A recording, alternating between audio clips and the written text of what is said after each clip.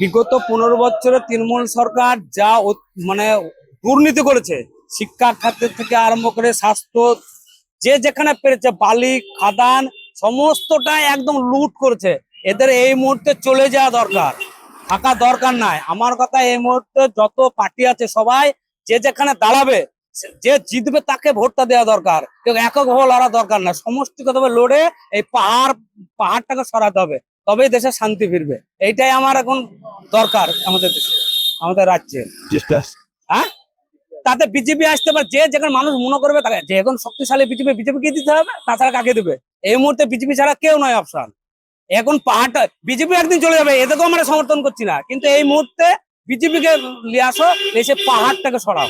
পাহাড়টাকে সরানালে কোনোদিন শান্তি হবে না। সাদা খাতায় চাকরি পাই, এর থেকে দুর্নীতি পৃথিবীতে হচ্ছে কিনা সন্দেহ।